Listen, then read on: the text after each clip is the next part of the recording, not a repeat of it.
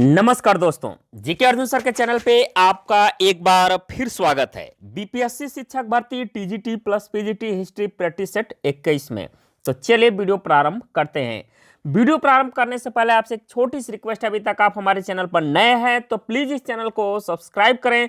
Subscribe करने के बाद बेल आइकन की घंटी को क्लिक करना ना भूलें, ताकि जब भी मैं अगला वीडियो अपलोड करूं उसका नोटिफिकेशन आपके मोबाइल पर सबसे पहले पहुंचे। तो चलिए वीडियो प्रारंभ करते हैं। हाँ, अगर आप लोग इससे पिछला प्रैक्टिस सेट देखना चाहते हैं तो उसका प्लेलिस्ट बना हुआ है जिसका नाम है बीपीएससी एग्जाम, और उस प्लेलिस्ट का लिंक मैं डिस्क्रिप्शन में भी दे दिया हूँ, तो वहाँ से पिछले प्रैक्टिस सेट भी आप लोग देख सकते हैं। इसके अलावा प्रीवियस ईयर्स के पेपर जो हुआ है टीजीटी पीजीटी हिस्ट्री का, उसका भी सॉल्व पेपर आप लोग देख सकते हैं ऑफिशियल आंसर की के साथ। तो चलिए वीडियो प्रारंभ करते हैं। यहाँ पर पहला क्वेश्चन है, निम्नलिखित वेदांगों में से कौन एक सही सुमेलित नहीं है। यहां पर ध्यान दीजिएगा, निम्नलिखित वेदांगों में से कौन एक सही सुमेलित नहीं है। दिया है कल्प कर्मकांड से, ये तो सही सुमेलित है। ज्योतिष खगोल विज्ञान से, ये भी सही सुमेलित है। शिक्षा ध्वनि शास्त्र से, ये भी सही सुमेलित है।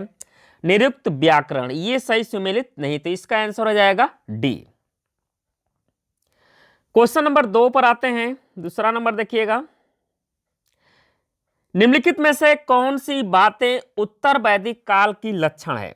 कौन सी बातें जो है उत्तर वैदिक काल की लक्षण है। पहला दिया है इसमें जंगलों का व्यापक रूप से जलाया जाना, लौह उपकरणों का निर्माण, ऋतुओं का ज्ञान, बड़े पैमाने पर सिंचाई।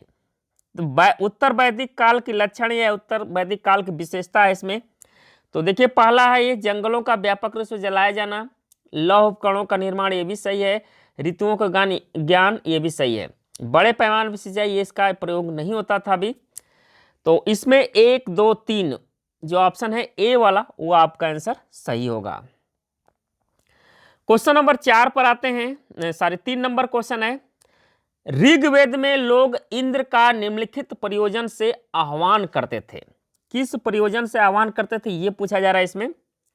तो ऋग्वेद में इंद्र का निम्नलिखित प्रयोजन से आह्वान करते थे। ज्ञान प्राप्ति, या मरणोपरांत जीवन, या जन्म मरण के चक्र से मुक्ति, या भौतिक सुख एवं विजय। तो इसमें आंसर हो जाएगा डी आपका, भौतिक सुख एवं विजय के प्रयोजन से आह्वान करते थे। क्वेश्चन नंबर आते हैं 4 नंबर पर, निम्नलिखित में से कौन उपनिषदों में उल्लेखित कैके जनपद का एक दार्शनिक राजा था। जबाली, प्रवाहण, या जन्मदग्नि, या श्रुतसेन, या अश्वपति। इसमें आंसर हो जाएगा डी, अश्वपति। क्वेश्चन नंबर 5 है, प्राचीन भारतीय धर्म ग्रंथों में किसके साथ कृष्ण के विरोध का उल्लेख मिलता है। प्राचीन भारतीय धर्म ग्रंथों में किसके साथ कृष्ण के विरोध का उल्लेख मिलता है। ब्रह्मा, रुद्र, इंद्र, वरुण। तो इसमें आंसर हो जाएगा सी, इंद्र। यानी भारतीय धर्म ग्रंथ किसके साथ कृष्ण के विरोध का उल्लेख मिलता है, तो इंद्र के साथ। इसमें राइट आंसर हो जाएगा सी, इंद्र।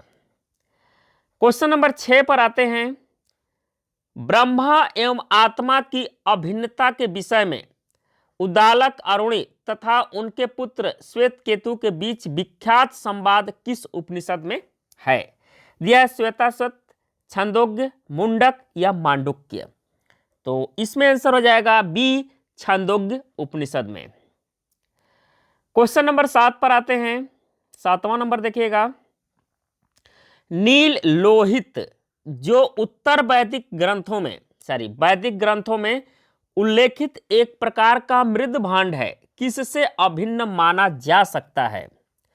चित्रित धूसर भांड, लाल भांड, या कृष्ण एवं लाल भांड, या उत्तरी कृष्ण चमकदार भांड।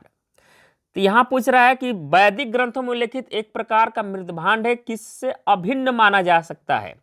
तो इसमें हो जाएगा सी, कृष्ण एवं लाल भांड से अभिन्न माना जा सकता है। क्वेश्चन नंबर 8 है, वैदिक ग्रंथों में ऊसर भूमि का व्यंजक है। वैदिक ग्रंथों में ऊसर भूमि का व्यंजक है, यानी ऊसर भूमि को किस नाम से जाना जाता था, ये क्वेश्चन पूछना चाह रहा है इसमें। वज्र, कुल्या, सुयस या खिल्व। तो वैदिक ग्रंथों में ऊसर भूमि का व्यंजक है तो वह है खिल्य। बंजर भूमि को क्या कहा जाता था उत्तर वैदिक काल में या वैदिक ग्रंथों में, तो इसको खिल्य कहा जाता था। ऊसर या बंजर भूमि भी दे सकता है। क्वेश्चन नंबर 9 है, ऋग्वेद में उल्लेखित यदु एवं तुर्वस थे। तो यदु एवं तुर्वस थे क्या थे? दो सेना नायक थे, या दो भाई थे, दो राजे थे, या दो जन थे। इसमें आंसर हो जाएगा डी, दो जन थे। क्वेश्चन नंबर 10 पर आते हैं। 10 नंबर देखिएगा,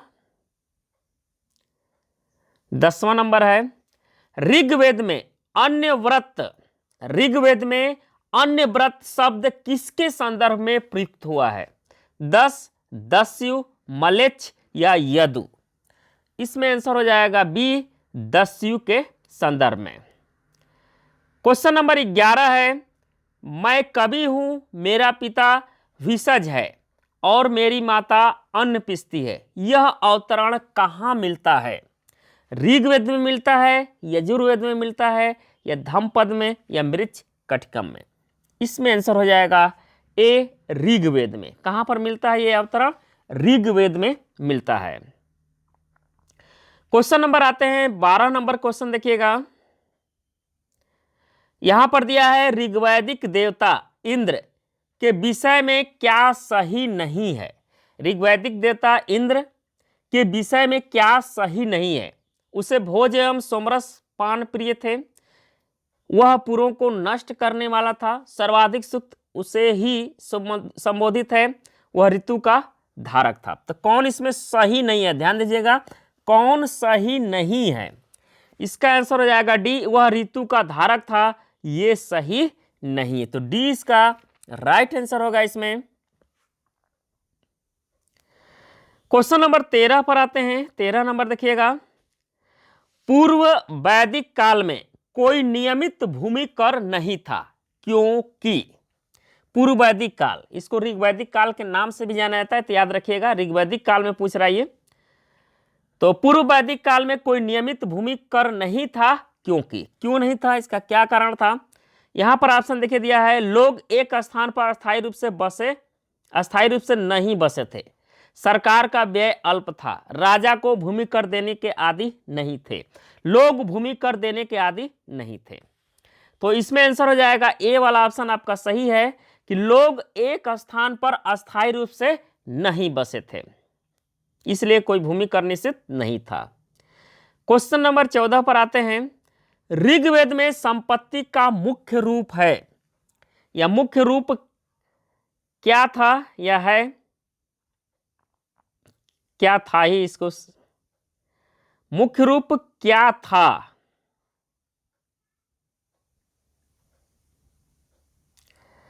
तो यहां आंसर हो जाएगा आपका गोधन। तो ऋग्वेद में संपत्ति का मुख्य रूप क्या था? गोधन। तो इसमें आपका आंसर हो जाएगा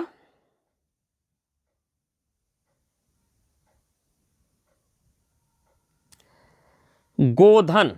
क्या था, इसको पढ़िएगा। तो ऋग्वेद में संपत्ति का मुख्य रूप क्या था?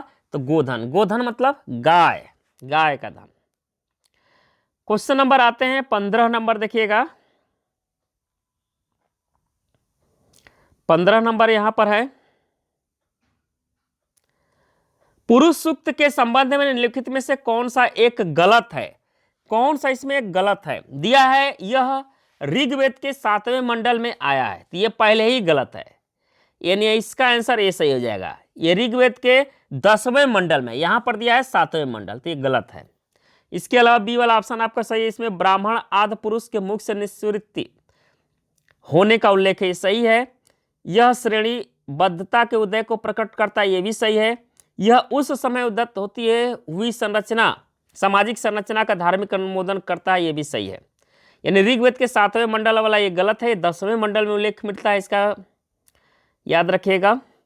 क्वेश्चन नंबर 16 पर आते हैं, वैश्य का लक्षण दूसरे को बलि देने वाला, वैश्य का लक्षण दूसरे को बलि देने वाला, यानी अन्यस्य बलिकृत और दूसरे के द्वारा भोज्य या उपभोग में आने वाले अन्न स्याद बताया गया है।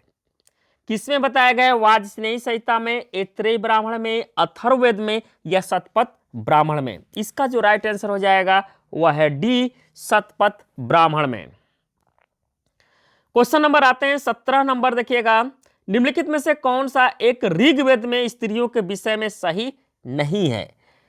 दिया है, वे सभा की कार्रवाइयों में भाग लेती थी, वे यज्ञ का अनुष्ठान करती थी, वे युद्धों में सक्रिय भाग लेती थी, उनका विवाह यौनारंभ से पूर्व हो जाता था।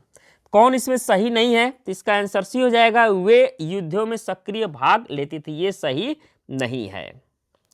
क्वेश्चन नंबर 18 पर आते हैं। 18 नंबर देखिएगा, शुक्ल एवं कृष्ण के रूप में ज्ञात 2 संस्करण मिलते हैं, तो किसमें मिलते हैं ये पूछा जा रहा है इसमें। ऋग्वेद यजुर्वेद में, या केवल यजुर्वेद, या सामवेद अथर्ववेद में, या केवल अथर्ववेद में। शुक्ल एवं कृष्ण के रूप में ज्ञात 2 संस्करण मिलते हैं, किसमें? केवल यजुर्वेद में। 20 का राइट आंसर हो जाएगा केवल यजुर्वेद में।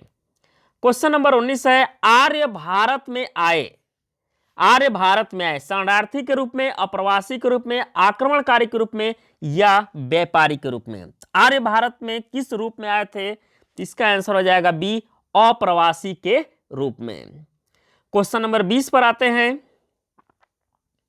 20 नंबर देखिएगा, दशराग्य युद्ध का प्रमुख कारण था पशुओं और भूमि संबंधी विवाद, शक्ति प्रदर्शन, पुरोहितों का षड्यंत्र या व्यापारी के रूप में। तो दशराज युद्ध का प्रमुख कारण यहां पूछ रहा है, तो इसका आंसर हो जाएगा इसमें सी, पुरोहितों का षड्यंत्र था ये। क्वेश्चन नंबर 21 पर आते हैं, उत्तर वैदिक कालीन आर्यों को ज्ञान नहीं था, उत्तर वैदिक कालीन आर्यों को ज्ञान नहीं था। किसका ज्ञान नहीं था? संपूर्ण गंगा घाटी का, या दोनों समुद्रों की, हिमालय के विभिन्न पर्वत चोटियों की, या कृष्णा नदी घाटी के क्षेत्रों की। तो इसमें आंसर हो जाएगा डी, कृष्णा नदी घाटी के क्षेत्रों की। क्वेश्चन नंबर 22 पर आते हैं। 22 नंबर देखिएगा, वैदिक समाज में उच्च आचार एवं नैतिक व्यवस्था थी क्योंकि। ऑप्शन है, सत्य बोलना एक धार्मिक कर्तव्य था, अपराध बहुत कम होते थे, अपराधों पर कठोर नियंत्रण रखा जाता था, या उपरोक्त सभी। इसका आंसर हो जाएगा डी, उपरोक्त सभी सही है। क्वेश्चन नंबर 23 है। 23 नंबर देखिएगा, वैदिक काल में द्विज में शामिल थे, वैदिक काल में द्विज में शामिल थे, ब्राह्मण क्षत्रिय या ब्राह्मण वैश्य या वैश्य शूद्र या ब्राह्मण क्षत्रिय वैश्य। इसमें आंसर डी सही हो जाएगा, ब्राह्मण क्षत्रिय एवं वैश्य, शूद्र शामिल नहीं थे द्विज में। क्वेश्चन नंबर 24 है, प्राचीन लौह युगीन बस्तियों से संबंध मृद भांड थे, गेरुवर्णी मृद भांड, काले और लाल मृद भांड, उत्तरी काली पालिश वाले मृद भांड या चित्रित धूसर मृद भांड। इसका आंसर हो जाएगा इसमें डी, चित्रित धूसर मृद भांड। क्वेश्चन नंबर 25 है और अंतिम क्वेश्चन है आज के लिए, पृथ्वी से संबंधित देवता थे, पृथ्वी से संबंधित देवता थे, अग्नि, वरुण, सविता, मरुत। इसका राइट आंसर हो जाएगा ए, अग्नि। तो ये था क्वेश्चन आज के लिए। तो उम्मीद करता हूं कि वीडियो आपको पसंद आया होगा। पसंद आए तो इसको लाइक करें, अपने दोस्तों के यहाँ अधिक से अधिक शेयर करें। धन्यवाद दोस्तों। जय हिंद, वंदे मातरम।